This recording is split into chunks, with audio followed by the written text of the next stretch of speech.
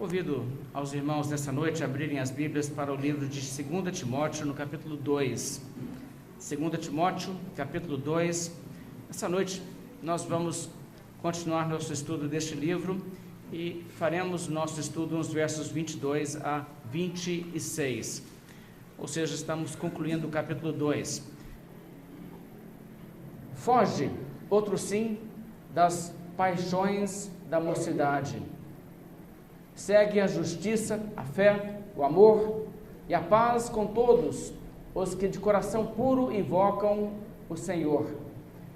E repele as questões insensatas e absurdas, pois sabes que só engendram contendas. Ora, é necessário que o servo do Senhor não viva a contender, e sim deve ser brando para com todos, apto para instruir, paciente, disciplinando com mansidão os que se opõem, na expectativa de que Deus lhes conceda não só o arrependimento para conhecerem plenamente a verdade, mas também o retorno à sensatez, livrando-se eles dos laços do diabo, tendo sido feitos cativos por ele, para cumprirem a sua vontade. O apóstolo Paulo, nessa passagem, tem falado sobre como deve ser o servo do Senhor, como nós devemos viver neste mundo como servos de Deus. Em nossa última mensagem, nós vimos que o que ele pressupõe, no caso de Timóteo, e o que é possível se pressupor sobre todo cristão verdadeiro, é que o cristão tem um desejo de ser útil para Deus, servir a Deus de uma forma produtiva, render a Deus um serviço aceitável, não somente no sentido de cultuá-lo, que é um serviço que nós fazemos a Deus diariamente e especialmente dominicalmente. O Senhor Deus é adorado neste mundo, Ele é cultuado, e grande é o louvor que sobe deste mundo, do povo de Deus ao Senhor. Mas não somente nesse sentido, mas também no sentido de viver uma vida que tenha resultados positivos práticos nas pessoas ao redor e pela causa de Cristo. E isso que Timóteo quer fazer. Timóteo quer viver uma vida cristã positiva, que contribui de fato para a obra de Deus. Por isso também ele é um ministro. E o apóstolo Paulo está então lhe falando com essa perspectiva, com esse entendimento. Timóteo quer servir a Deus, assim como você que é crente quer servir a Deus. E esse desejo deve ser um desejo forte, um desejo que queima como que dentro de você e te compele a procurar então, de fato, formas e oportunidades para assim fazer. O apóstolo Paulo então está falando sobre isso e ele adverte sobre perigos de um lado que podem neutralizar um servo de Deus e por outro lado também ele dá instruções positivas. Quando nós chegamos nesse momento no verso 22, ele diz: foge outro sim das paixões da mocidade. Ele está falando sobre as coisas que são obstáculos, as coisas que podem destruir aquilo que uma pessoa poderia fazer pela causa do Senhor. Foge das paixões da mocidade. É claro que o contexto imediato aqui nos ajuda a entender o tipo de mente que Paulo tem quando fala isso. Veja os versos acima, o verso 20 e 21. Aqui o apóstolo Paulo acabou de falar assim: ora, numa grande casa não há somente utensílios de ouro e prata, há também de madeira e de barro, alguns para honra, outros, porém, para desonra. Assim, pois, se alguém a si mesmo se purificar desses erros, será utensílio para honra, santificado e útil ao seu possuidor, preparado para toda boa obra. E aí então ele imediatamente segue dizendo: foge outro sim das paixões da mocidade. Está vendo? Então isso está, na verdade, interligado. As pessoas que não se purificam do pecado acabam não sendo úteis no serviço a Deus. E é disso que ele está falando: foge das paixões da mocidade. É claro que existe um sentido em que todos serão úteis para Deus, né? Deus até mesmo usa os maus para, de alguma forma, extrair algum benefício para o seu povo e alguma lição disso. Nós aprendemos com tudo, e até mesmo as pessoas que fazem o mal neste mundo servem o propósito de Deus, que quando Deus julgar o mundo, Deus então poderá mostrar que em sua santidade Ele é um Deus que corrige o mal e pune o mal e faz justiça aos injustiçados e faz também revelar a sua ira contra o pecado da humanidade. A Bíblia fala sobre isso. Então existe, claro, um sentido em que todos servirão ao propósito de Deus, mas entra novamente naquela figura que Paulo empregou, que existem os vasos para a honra e os da desonra, e de um jeito ou de outro você será usado por Deus para promover a sua glória, mas não será nada positivo e interessante para você pessoalmente se você for vaso da ira, onde Deus te usar para glorificar a sua justiça contra o pecado. Não é isso que você deseja. Mas o apóstolo Paulo fala dessa forma com Timóteo, de uma forma muito solene, porque Timóteo, como um líder na igreja, está numa posição onde ele pode sim ser uma bênção, ou ele também pode ser uma desgraça. E não há dúvida, irmãos, que quando o apóstolo Paulo fala de fugir das paixões da mocidade, ele tem esse entendimento que muitos que aparentemente começam bem fazem uma ruína completa de suas vidas e de seus ministérios. Quantos líderes apóstatas existem hoje? E os líderes apóstatas e os falsos profetas são, de certa forma, o juízo de Deus contra aqueles que têm coceira nos ouvidos para ouvir aquilo que é falso. Veja em 2 Timóteo, capítulo 4, os versos 3 e 4. Em 2 Timóteo 4, os versos 3 e 4, a Bíblia diz assim: pois haverá tempo em que não suportarão a sã doutrina. Pelo contrário, cercar-se-ão de mestres segundo as suas próprias cobiças, como que sentindo coceira nos ouvidos, e se recusarão a dar ouvidos à verdade, entregando-se às fábulas.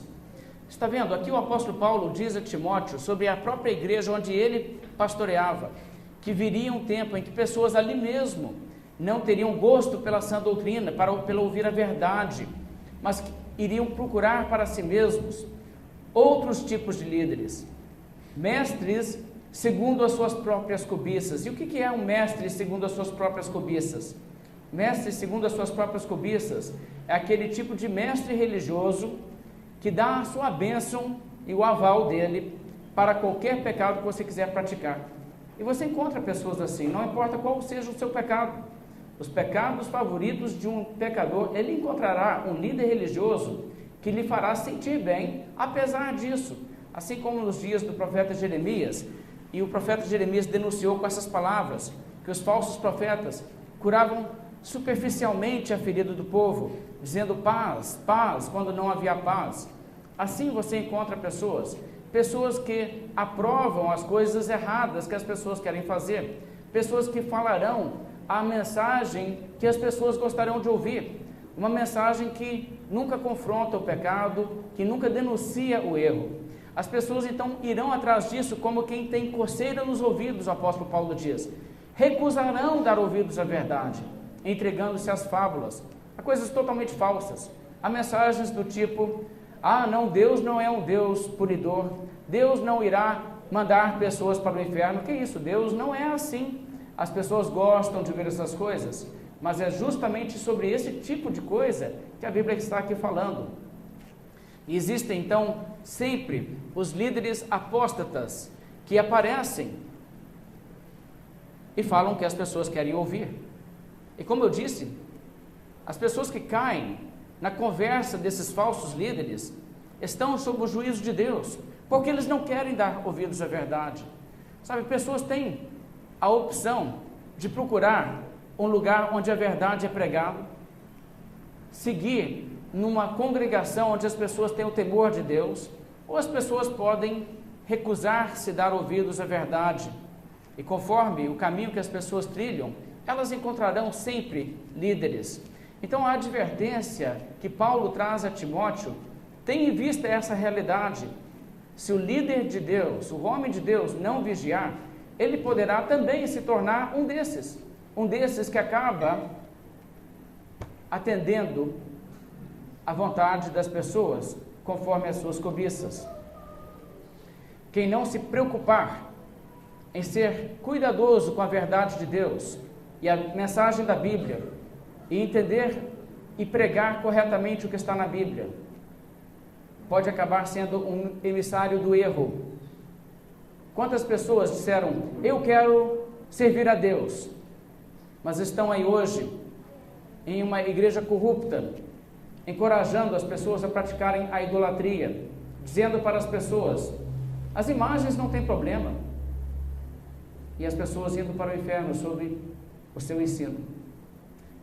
Quantas pessoas hoje estão motivadas pelo amor ao dinheiro, e pelo amor ao dinheiro estão fazendo comércio das pessoas nas igrejas. Quem não evita o amor ao dinheiro pode acabar como um Edir Macedo, ou alguém talvez não tão famoso, mas da mesma linha. Que juízo de Deus! Um pastor que não evita o pecado sexual pode acabar como o Caio Fábio.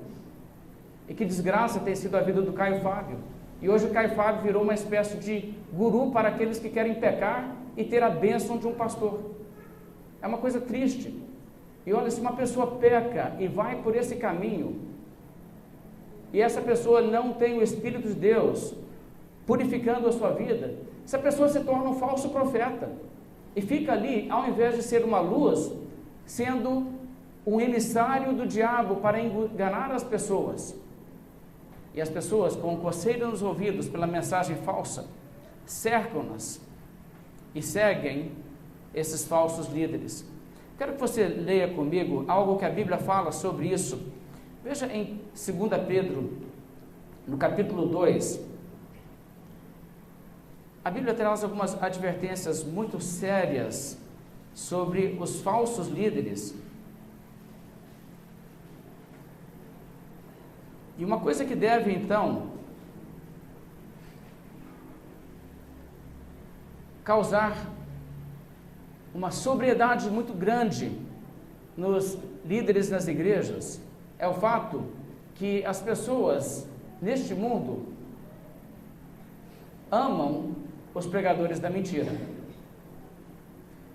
2 Pedro capítulo 2, a partir do verso 1, a palavra de Deus diz, assim como no meio do povo surgiram falsos profetas, assim também haverá entre vós falsos mestres. Vós é voz da igreja cristã, os quais introduzirão dissimuladamente heresias destruidoras, até o ponto de renegarem o soberano Senhor que os resgatou, trazendo sobre si mesmos repentina destruição, e muitos seguirão as suas práticas libertinas, e por causa deles será infamado o caminho da verdade. Também movidos por avareza, farão comércio de vós, com palavras fictícias. Para eles, o juízo lavrado a longo tempo não tarda, a sua destruição não dorme. Agora vamos pensar um pouco sobre essas palavras. Quando Pedro escreveu isso quase 2000 anos atrás, essas pessoas estavam ativas. E as pessoas daquela geração já estão há quanto tempo no inferno? E ele disse, olha, não demora, a destruição desse povo não dorme, vai chegar. De fato chegou. Elas já foram tiradas deste mundo, onde espalhavam as suas mentiras e foram confinadas ao inferno. Mas aqui a Bíblia fala que essas pessoas virão, se infiltrarão dentro do que se chama de cristianismo, e a Bíblia diz no verso 2, e muitos seguirão as suas práticas libertinas. O que é tão interessante é que o argumento mais comum usado para defender o falso profeta é justamente esse argumento. Ah, mas olha quantas pessoas estão seguindo isso aí, tem a bênção de Deus, muita gente está seguindo. Isso é algum critério? Isso prova alguma coisa? A popularidade de uma pessoa? Muitos seguirão as suas práticas libertinas. Jesus disse, virão falsos profetas e enganarão a muitos. Então isso, na verdade, não é nenhum indicador de que aquela pessoa seja de Deus, o fato que muitas pessoas a seguem ou tem isso. Eu já vi pessoas falarem assim com até uma arrogância, quando defendem a sua forma de religião, que é muito antibíblica, dizendo assim: ah, mas muita gente faz parte do nosso movimento, como se isso fosse uma prova de sua legitimidade. Bem, irmãos, você percebe que o apóstolo Paulo tem essa preocupação. Pessoas se desviam da fé, saem pervertendo a fé dos outros, como Himeneu e Alexandre, que ele cita, Himeneu e Fileto, que ele cita aqui em 2 Timóteo capítulo 2. Mas agora também ele está falando sobre o fato que esse mesmo exemplo de líderes que se desviam tem que ser uma advertência para pessoas como Timóteo e para qualquer um de nós, porque nós podemos também nos tornar emissários da mentira. Nós temos que fugir dos pecados, fugir, Paulo diz, das paixões da mocidade. Agora, o Senhor Jesus Cristo disse: é inevitável que venham escândalos. Vai acontecer mesmo. É inevitável que venham escândalos. Mas ai do homem pelo qual eles vêm. Melhor lhe fora que lhe pendurasse ao pescoço uma pedra de moinho e fosse atirado no mar, do que fazer tropeçar um destes pequeninos. Isso em Lucas capítulo 17. Então a questão aqui é muito séria. E o apóstolo Paulo está falando a Timóteo: olha, Timóteo, cuidado com que tipo de utensílio você será nas mãos de Deus. Então a ordem é essa: foge das paixões da mocidade. Foge, um imperativo, uma ordem, não apenas no sentido de afaste-se. Tome passos lentos e vai se afastando. Fugir não é assim. Você já fugiu alguma vez na vida? Talvez você estivesse em algum lugar que um cachorro bravo veio atrás de você ou alguma coisa desse tipo e você fugiu. Bem, você sabe que quando você foge, você não simplesmente vira as costas e começa a despistar e andar lentamente. O que você faz é que você dá no pé, né, como dizem a expressão. Você faz o que é possível. E a expressão que Paulo usa aqui indica isso. Fugir mesmo. É pôr marcha na coisa e sair de onde está o perigo. Foge dessas coisas. Ele fala das paixões da mocidade. O que são as paixões da mocidade? Bem, as paixões, já indica, são várias, é plural. Nós poderíamos citar muitas coisas. Eu vou dar alguns exemplos porque existe, claro, pecado é tentação em todas as idades, mas existem aquelas questões que são, vamos dizer assim, mais fortes na mocidade. E Timóteo, aqui um homem com cerca de 40 anos, o apóstolo Paulo reconhece que ele está ainda nessa realidade de não encarar a seriedade do fato que a vida é tão passageira quanto uma pessoa que está já mais idoso e olha para trás e reconhece: o meu tempo nesse mundo está acabando. A pessoa muitas vezes se ilude que nesse mundo ela tem muito tempo pela frente. Na verdade, ninguém tem muito tempo, porque a vida passa assim. Mas as pessoas começam então a se iludir com isso. E as paixões da mocidade podem incluir, por exemplo, o querer ser estrela, querer brilhar, querer ser o tal, querer fama, prestígio, ambição. Pode ser também o amor ao dinheiro, como eu citei. Pode ser questões como o sexo. Pode ser simplesmente aquela vaidade de querer estar sempre certo e ganhar todas as disputas. Isso é uma coisa que adolescente tem muito isso, né? Nós amadurecemos um pouco e perdemos, talvez não, mas espera-se que sim. Mas de qualquer forma, o que acontece é que essas coisas são exemplos do que está envolvido aqui. Agora, Pedro nos escreveu em sua primeira epístola que as paixões carnais fazem guerra contra a alma, ou seja, elas procuram nos destruir por dentro, nos minar e destruir a nossa alma. Então a exortação do apóstolo Paulo é que esse tipo de coisa, você deve fugir disso, deve tomar toda precaução para que não se caia nesses pecados, senão você pode se desacreditar, você pode realmente trazer vergonha sobre o nome de Cristo, vergonha sobre o Evangelho. E ai daquele por quem vêm os tropeços, porque é inevitável que os tropeços venham. Mas você sabe, irmãos, você sabe existem pessoas por aí hoje, elas não estão realmente preocupadas com o que é verdade, mas elas usam como desculpa: ah, mas eu conheço crente que faz assim, ah, mas eu conheço aquele pastor que fez assim. E isso se torna então um motivo de escândalo e de tropeço. Como eu disse, eu não creio na sinceridade das pessoas que usam isso aí. Essas pessoas estão buscando um subterfúgio para aliviar as suas consciências. Mas também é verdade que não convém que o povo de Deus dê margem para que as pessoas blasfemem. E nós fazemos isso quando pecamos. Quando Davi caiu no pecado,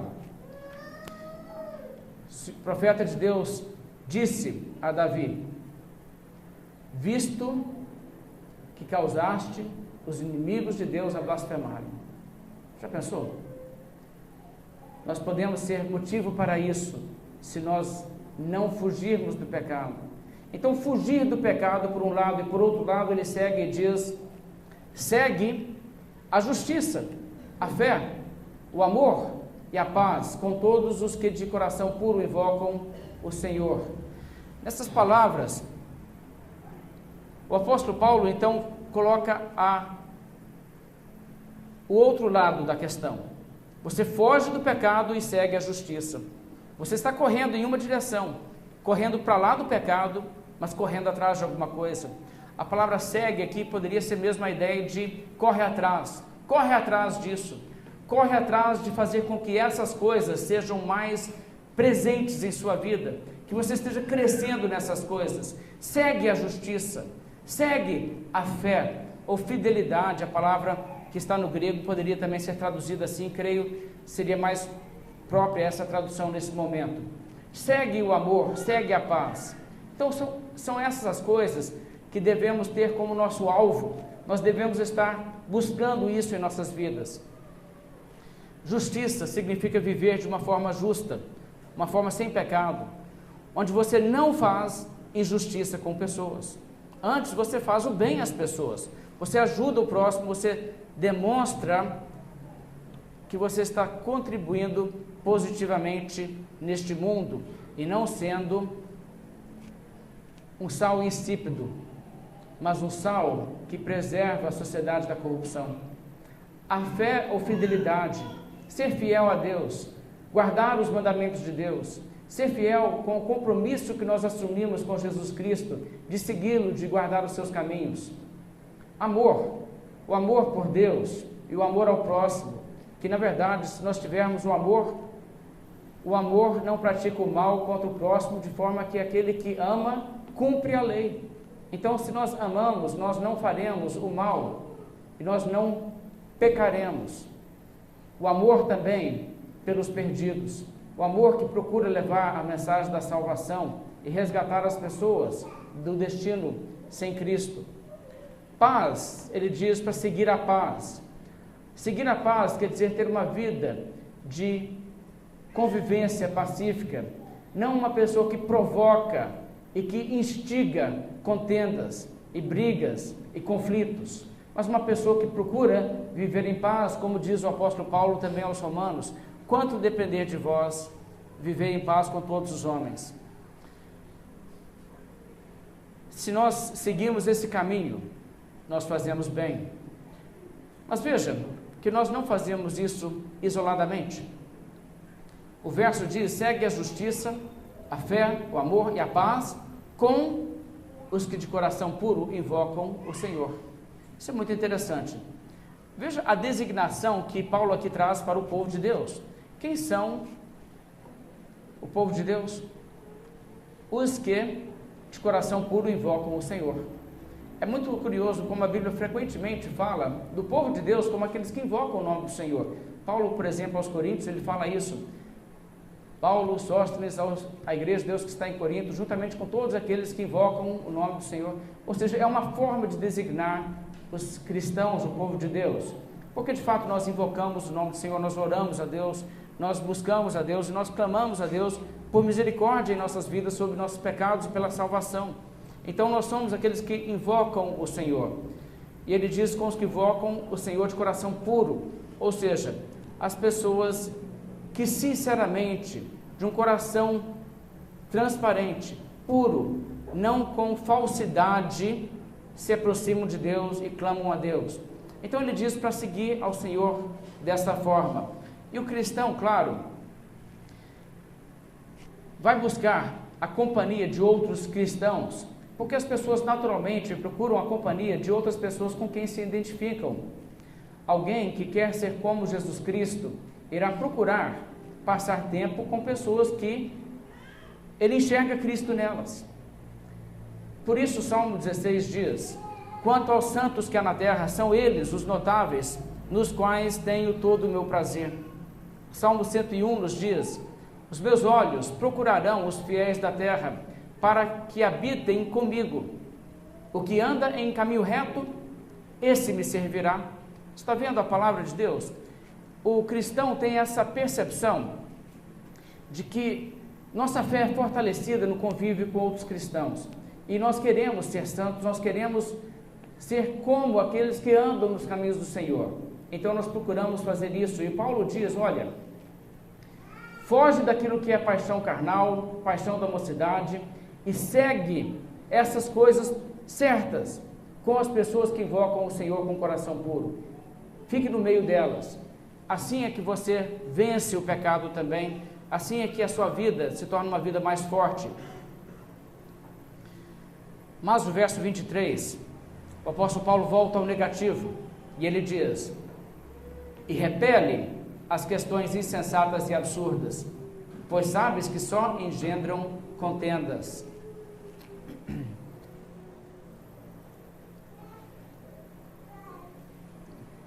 Então, quando ele diz repele é uma ordem, e é uma ordem muito forte. Você sabe o que é repelir, não é? Repelir não é ficar ali com aquela coisa perante você um tempão, estudando e brincando com aquilo, mas é rejeitar assim, de bate-pronto, repele. Então essas questões insensatas e absurdas, Paulo diz, olha, essas coisas, não perca seu tempo, nem fique aí discutindo e debatendo, tem coisas que não merecem esse tipo de atenção. Deixa eu me dar alguns exemplos. De tempo em tempo alguém aparece falando assim: descobrimos a data da volta de Cristo, vai ser esse ano. Deve ter alguém falando isso por aí, não sei, sempre tem. Isso é o tipo de coisa que é questão insensata e absurda. As pessoas que estão falando isso são pessoas que não entendem o básico da Bíblia. Elas muito menos vão conseguir descobrir a data da volta de Cristo. Então, esse tipo de coisa, você não deve simplesmente ficar ali, é mesmo? Me explica, como que é? Deixa eu me ver. Quem sabe, né? Quem sabe dessa vez acertaram, eu preciso de ver o que ele disse. Não, repele, joga fora. Alguns anos atrás, houve uma dessas datas marcadas para a volta de Cristo, e um pastor que eu conheço, teve um membro da sua igreja, congregação, que chegou e disse: pastor, o senhor tem que dar uma olhada nesse negócio dessa vez é sério, hein?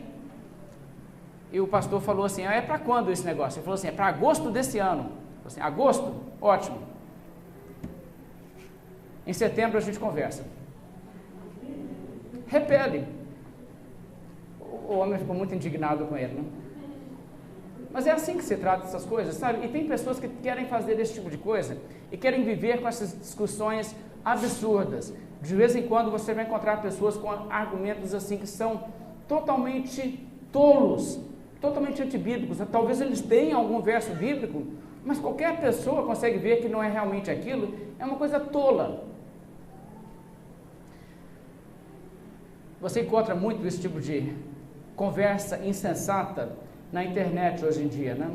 A internet deu um espaço para tanta coisa. Tem coisa boa, mas também tem gente aí que quem vive perto deles já sabe que eles são umas pessoas assim, sem noção. Mas eles entram na internet com um anonimato e aí as pessoas não sabem com quem estão lidando e eles conseguem então ficar passando as suas ideias. E essas pessoas gostam muito do anonimato da internet, até mesmo os nomes que usam quando eles entram em alguma discussão, eles gostam de usar nomes falsos, né? O pessoal inventa um nome falso aí. geralmente algum nome que eles acham que está estourando a boca do balão, né? Lutero 2.0, né? Alguma coisa assim. O pessoal entra aí e quer falar assim, eu que sou, né? Olha, esses indivíduos com esse tipo de coisa, você simplesmente repele, você não leva a sério, não trata como sério, você despacha. É isso que a Bíblia manda fazer. Eu quero mostrar um exemplo de como se faz isso. Veja em Mateus capítulo 15, e aqui ninguém melhor do que o nosso Senhor para dar o exemplo. Os líderes religiosos de Israel tinham lá muitas ideias de como eles iriam servir a Deus. E eles inventavam coisas que não tinham nada a ver com as Escrituras. Questões insensatas e absurdas. E vamos ver como Jesus reagiu diante desse tipo de coisa. Mateus 15, verso 1. Então vieram de Jerusalém a Jesus alguns fariseus e escribas e perguntaram: por que transgridem os teus discípulos a tradição dos anciãos, pois não lavam as mãos quando comem? Eles tinham esse ritual, coisa de lavar as mãos. Não é lavar as mãos igual você lava para comer, para não comer com a mão suja, era um ritual. E havia um certo número de copos, uma prescrição, tinha que fazer dessa maneira, um certo tanto de água, e aí é que ficava puro, e era uma coisa mais cerimonial. Os discípulos de Jesus achavam aquilo a maior bobeira. Nem Jesus fazia, nem os discípulos de Jesus, eles não estavam dando uma mínima para aquilo. Aí eles falaram assim, né, nós temos que chegar lá e dar uma regulada nesse povo, né? Esse povo não está levando a sério, essa é a regra da religião, cara, a regra da religião. Aí chegaram lá e falaram assim com Jesus. Olha como que Jesus reage. Eu quero que você veja primeiro que Jesus nem entra na discussão da coisa. Ele nem começa a falar se lava mão, se não lava, quantos copos.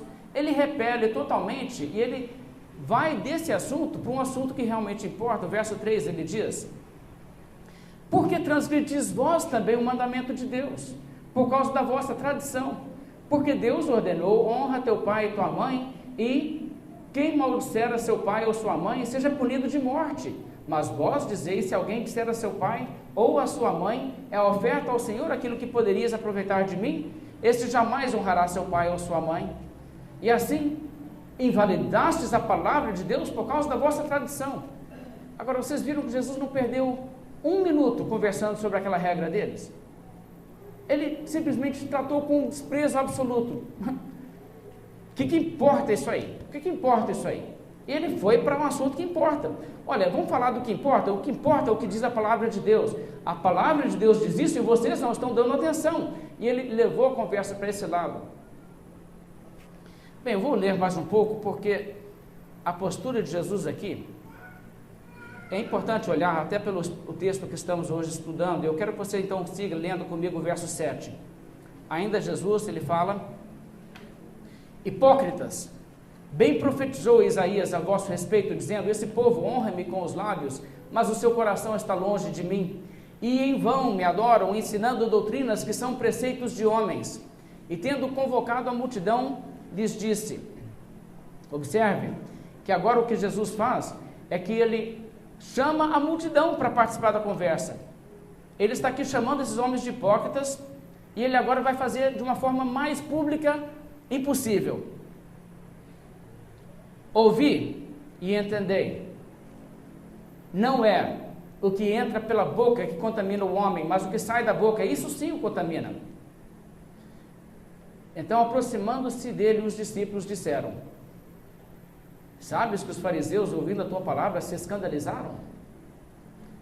Essa palavra se escandalizaram, outra tradução coloca numa linguagem até melhor para entender o português. Sabe que os fariseus ficaram ofendidos? Ficaram ofendidos. Jesus nunca ofendeu ninguém, não é assim? Jesus nunca falava nada que ofendia ninguém. Não, Jesus nunca falava duro com ninguém, ele nunca levantava a voz, ele nunca apontava para ninguém. Não é assim? Você já ouviu alguém falar que Jesus é assim? Pois é, essa pessoa não estava lá. Mateus estava lá. Olha só. Ele, porém, respondeu: toda planta que meu Pai Celestial não plantou será arrancada. Deixai-os. São cegos guias de cegos. Ora, se o cego guiar o outro, cairão ambos no barranco. Quer dizer, o que Jesus aqui fala, demonstra claramente que aqueles religiosos estavam preocupados com coisas inúteis. A religião deles era só um tanto de rituais, eles não queriam santidade real, não queriam justiça verdadeira, não queriam a palavra de Deus, eles queriam aquele tipo de religião perfeita para o hipócrita. Você faz um ritual que a sua vida está boa, você lava o lado de fora do copo, o lado de dentro continua podre. Então, com isso em mente, o apóstolo Paulo fala para Timóteo que ele deve ser dessa forma. Se pessoas levantam questões insensatas e absurdas, não dê corda, não incentive, porque se essa discussão continua a te envolver, isso só vai produzir contenda, pois sabes que só engendram contendas. Aí fica naquela discussão, mas me prova, me mostra, né? E algumas pessoas gostam de especular sobre assuntos sobre os quais a Bíblia nem fala. E querem fazer longas discussões sobre isso. Está puramente na área da especulação. Se não existe informação na Bíblia, então não há uma palavra para dizer.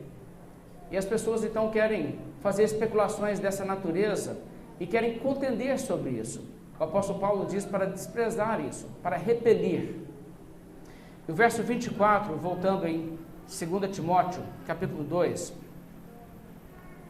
o apóstolo Paulo então aqui mostra como deve ser a atitude do servo de Deus. Ora, é necessário que o servo do Senhor não viva a contender, e sim deve ser brando para com todos, apto para instruir, paciente. Então veja o perfil que deve ser o nosso perfil como servos de Deus. Não viver a contender.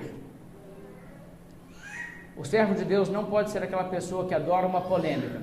Já viu pessoas que gostam de polêmica? Tem pessoas que, não é que elas querem aprender mais da Bíblia, não é que elas querem saber de teologia, é que elas gostam de brigar, elas gostam de discutir, elas gostam de saber uma coisa, não para realmente com aquilo ali ter uma vida mais bíblica, mas para que possam falar com alguém e falar com a pessoa que ela está errada. Existe um prazer meio sádico em fazer isso com as pessoas, humilhar as pessoas. Então, às vezes pessoas têm isso, mas a Bíblia diz que o servo de Deus não pode ser uma pessoa que vive a contender. Nós não devemos viver brigando, discutindo, criticando e fazendo esse tipo de confrontação. Tendência para ser assim é uma coisa da carne, na verdade. A atitude deve ser pelo contrário, ser brando para com todos, apto para instruir e paciente. Agora, então, essa palavra do apóstolo Paulo é muito importante. Nossa atitude deve ser uma atitude de quem realmente ama, de quem realmente procura o bem das pessoas. Daí é que vai vir a brandura, a paciência, a capacidade de instruir as pessoas. Agora, eu não estou dizendo, claro, que nós nunca devemos nos envolver em nenhuma discussão ou em nenhuma disputa do que é a verdade. Tem hora que você tem que contender pela verdade. E isso é bíblico. E Paulo não estaria dizendo de forma alguma que questões religiosas nunca se discute. A questão é que nós não devemos envolver-nos com contendas por contenda. Se nós estamos em alguma conversa dessa natureza, estamos argumentando, devemos ter consciência de que a nossa motivação é de fato ajudar as pessoas e não simplesmente debater. Nossa intenção é realmente livrar as pessoas do erro pelo bem delas. E nós não devemos ter uma atitude de indiferença para com o bem dessas pessoas, mas devemos buscar realmente o seu bem. Muitas vezes, pessoas que trabalham nessa área de apologética reconhecem que pessoas querem equipamentos, querem ferramentas, querem informações, argumentos, não para realmente ajudar uma pessoa, mas só mesmo para desmoronar uma pessoa, para envergonhar uma pessoa. E então as pessoas procuram, às vezes até com essas pessoas que disponibilizam informações para que você possa defender a fé cristã. contra o incrédulo. Mas não é que a pessoa quer ajudar o incrédulo, a pessoa quer brilhar, e isso não convém. Então a atitude deve ser uma pessoa que não vive a contender, mas uma pessoa branda, uma pessoa paciente. E essa paciência leva direto ao verso 25, onde ele diz: disciplinando com mansidão os que se opõem. Veja, mansidão é aquela atitude de uma pessoa mansa, uma pessoa que não está ali tendo agressividade, hostilidade, amaldiçoando, nada disso. Disciplinando com mansidão os que se opõem. Quem são os que se opõem? Se opõem ao que, afinal? Irmãos, os que se opõem são os que se opõem ao Evangelho, à mensagem de Cristo. E os que se opõem são todos aqueles que não creem no Evangelho. Toda pessoa que não é crente no Senhor Jesus é uma pessoa que se opõe. Ela se opõe, de alguma forma. Pode ser que ela se oponha abertamente, pronunciando-se contra a mensagem do cristianismo, levando uma mensagem contrária. Pode ser que não, pode ser que ela simplesmente esteja vivendo a sua vida de forma em desobediência aos mandamentos de Cristo. E por essa forma ela também se opõe. Você se lembra do que Cristo disse? Todo aquele que comigo não ajunta, espalha. Isso é fato. A pessoa que não agrega e colabora na obra de Cristo, essa pessoa está dificultando o trabalho de quem está, porque é mais uma pessoa na soma de humanidade que não reconhece o senhorio de Cristo. Como nós devemos agir para com aqueles que se opõem? Bem, irmãos, devemos ter paciência, devemos ter amor por essas pessoas, ser brando com elas e disciplinar com mansidão. Disciplinar quer dizer que você corrige, você mostra que você está errado, isso não é verdade, mas você faz isso com mansidão. Agora, a percepção que nós devemos ter, que nos dará as condições de fazer isso, é a percepção que a Bíblia nos mostra que os indivíduos neste mundo que se opõem à mensagem do Evangelho não são os nossos inimigos. Não é assim que Paulo escreveu? Porque a nossa luta não é contra o sangue e a carne, e sim contra os principados e potestades, contra os dominadores deste mundo tenebroso, contra as forças espirituais do mal nas regiões celestes. Veja, se você está tentando pregar do Evangelho para uma pessoa, e aí chega uma pessoa interferindo até com isso, se opondo, e dizendo, não é assim não, a verdade é a reencarnação, e ela se opõe à mensagem da Bíblia. Ou uma outra pessoa chega e diz, não, esse negócio, não existe essa coisa, a Bíblia, isso é verdade. Você sabe como que a Bíblia surgiu? A Bíblia foi escrita aí para os homens aí, que alguém montou esse negócio, foi uma coisa muito louca, aí não tem nada a ver com essa palavra de Deus. Pessoas chegam com esses argumentos, tentam se passar por intelectuais, né? Mas sabe, você não deve olhar para essas pessoas com ódio, você deve olhar para essas pessoas com pena, porque elas estão cegadas. Elas não sabem a verdade, elas estão como um peixe fisgado no anzol pelo diabo, e não sabem que estão já indo para a destruição, lutando contra aquilo que seria a mensagem da sua salvação. Elas não entendem. Nossa luta não é contra carne e sangue. Essas pessoas são as pessoas que nós queremos salvar. Eles não são os inimigos, eles são as vítimas do nosso inimigo, e o nosso inimigo é o diabo, Satanás, e as hostes de anjos caídos que caíram juntamente com ele.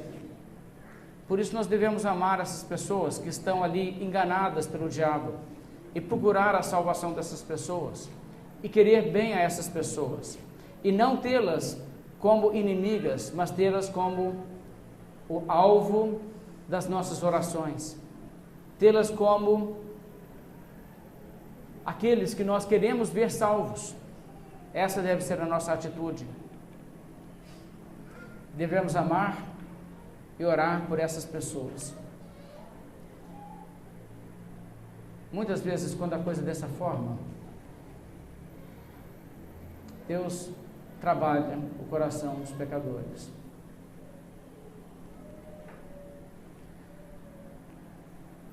Certamente você já ouviu algum caso de uma pessoa que era muito antagônica à mensagem do Evangelho, mas que veio se converter. Frequentemente, o instrumento que Deus usou foi um cristão que demonstrou ainda assim amor por aquela pessoa, apesar de toda a sua hostil agressividade.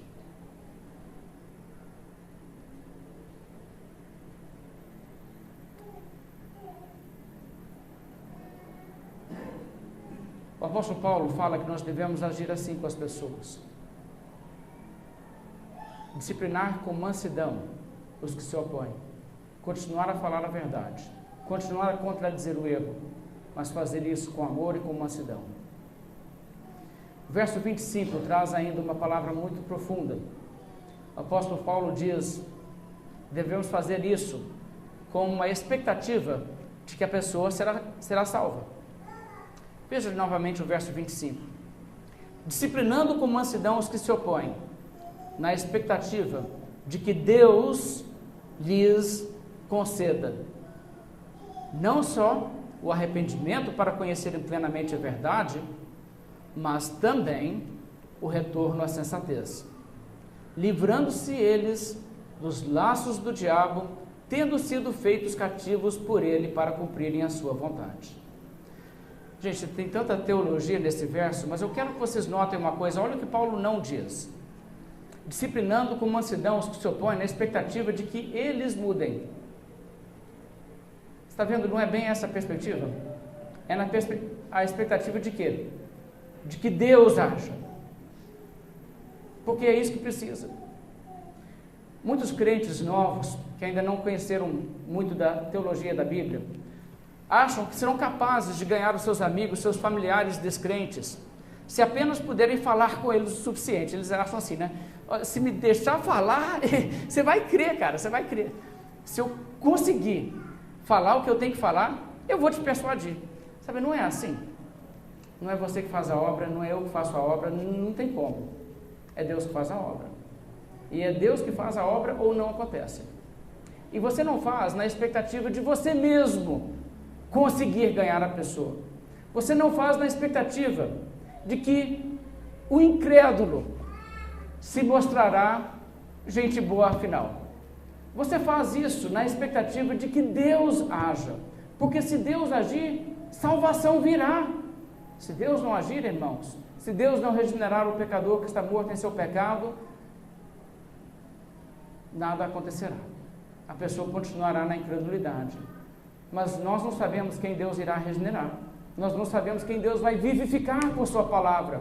Por isso o que nós fazemos é pregar nessa expectativa. Quem sabe Deus vai agir. E sabe, se depende de Deus, você não precisa olhar para uma pessoa e dizer: esse caso aí não tem como. E, nossa, esse caso aí não tem como. Esse aí é um perseguidor da igreja. Saulo de Tarso, sem chance. Esse aí não vira cristão, não. Sabe, se Deus agir, Deus age e acabou. Então a questão é que você pode ter essa expectativa de que Deus pode operar no coração. E veja o que a Bíblia faz aqui, e veja essa descrição de conversão que a Bíblia nos dá. Olha que coisa mais teologicamente profunda isso. Ele diz: na expectativa de que Deus lhes conceda duas coisas. Primeiramente, o arrependimento. Em segundo lugar, verso 26, o retorno à sensatez. Essas duas coisas, vamos analisá-las. O arrependimento para conhecerem plenamente a verdade. A pessoa conhece a verdade? Não, ela está cega, incrédula. Ela não conhece a verdade. Ela acredita em coisas totalmente falsas. Como que ela vai entender a verdade? Como que ela vai conhecer a verdade? Bem, ela terá que se arrepender. Quando a pessoa se arrepende da dureza do seu próprio coração, de querer ser seu próprio Deus, de viver para si próprio, de definir por si mesmo o que é certo e errado, e não aceitar a Bíblia como autoridade. Quando a pessoa se arrepende da sua incredulidade na mensagem de Jesus Cristo, quando ela se arrepende então ela passa a entender a verdade, conhecer a verdade, ela chega a conhecer plenamente a verdade, mas é necessário que ela se arrependa. E o arrependimento vem de onde? É muito claro, Deus é quem concede, Deus lhes conceda o arrependimento, está aqui no texto bíblico. Sabe, o arrependimento não é uma obra humana, é uma obra sobrenatural, uma coisa que Deus faz. É aquilo que Jesus disse, ninguém vem a Jesus, ninguém vem a mim, Jesus disse, se o Pai não o trouxer. Porque o homem natural rejeita as coisas do Espírito de Deus, não pode compreendê-las porque lhes são loucura. Então o Evangelho sendo pregado esbarra nessa resistência, uma resistência feroz, ferrenha. A pessoa não quer, como diz o Estevão, vós sempre resistis ao Espírito Santo. O Espírito Santo inspirou a Bíblia.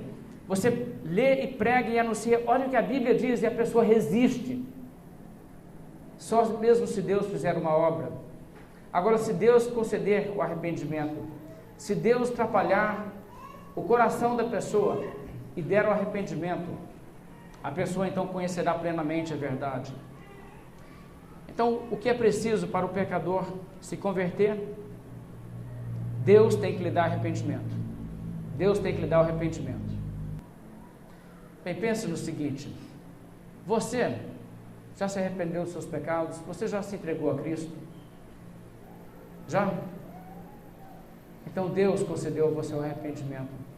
Não foi você que foi mais esperto do que o incrédulo que você conhece.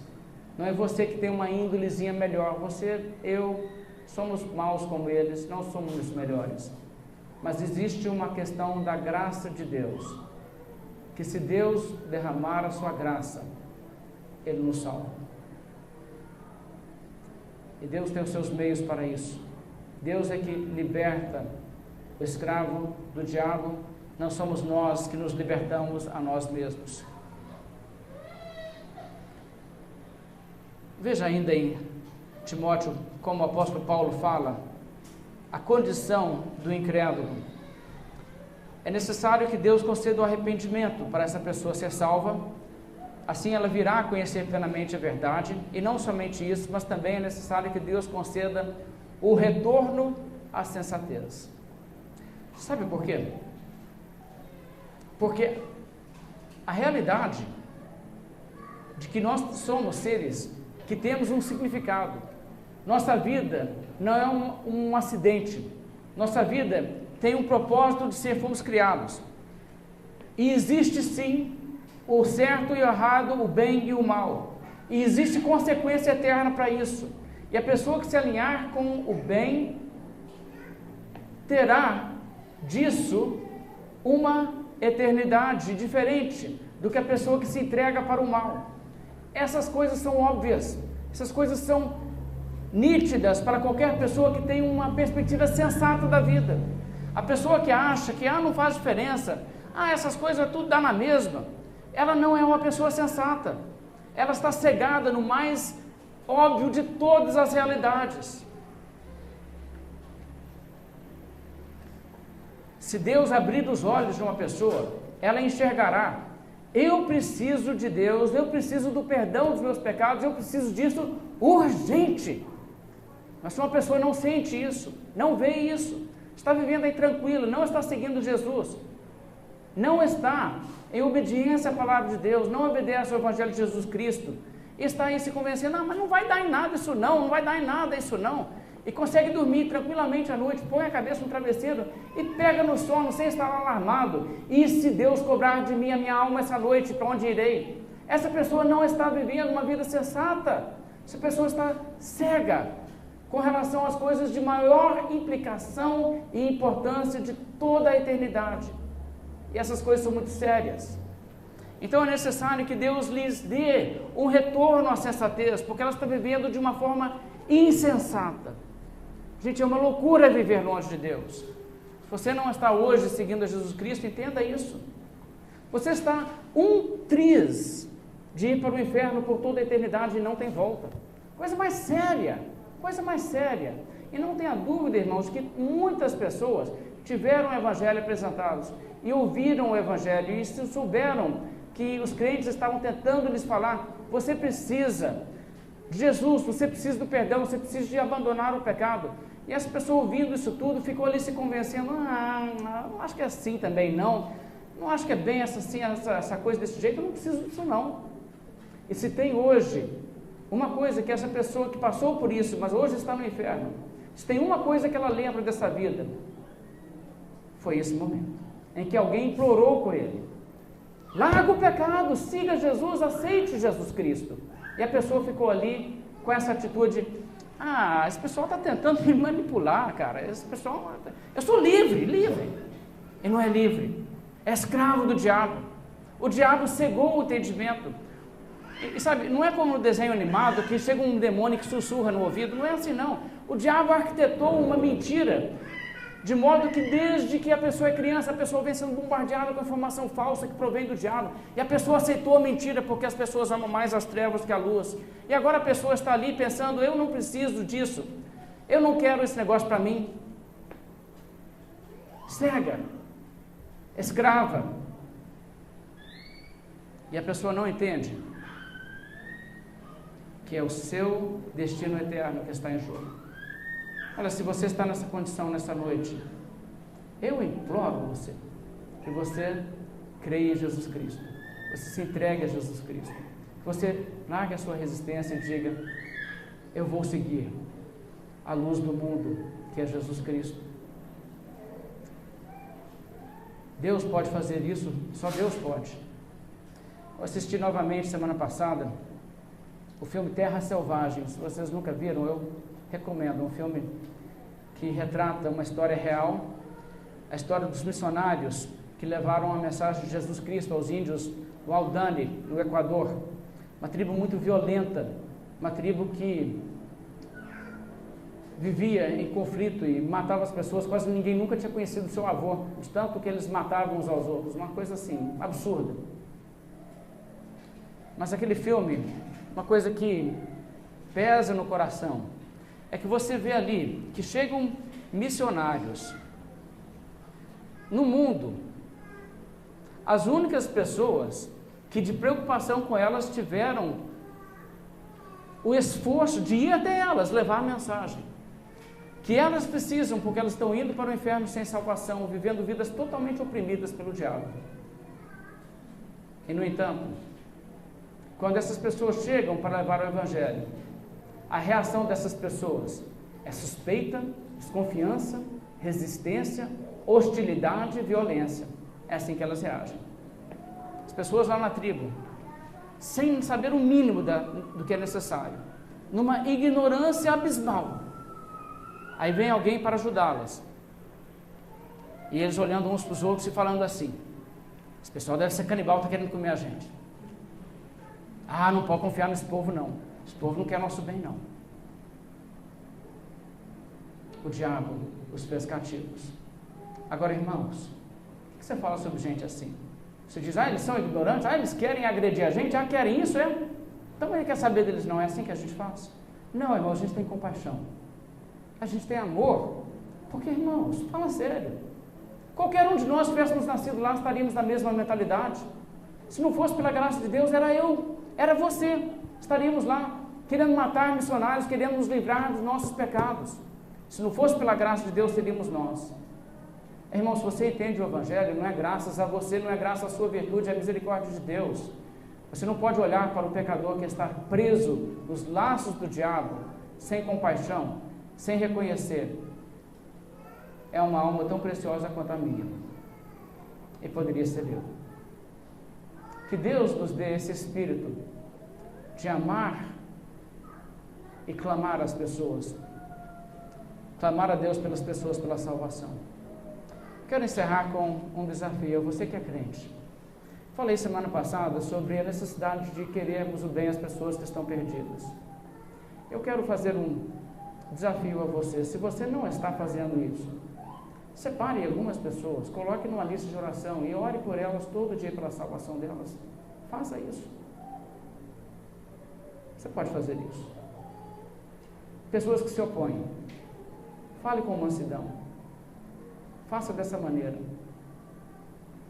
na expectativa de que Deus não só lhes conceda o arrependimento, para conhecerem plenamente a verdade, mas também o retorno à sensatez, livrando-se eles dos laços do diabo, tendo sido feitos cativos por ele. Vamos orar.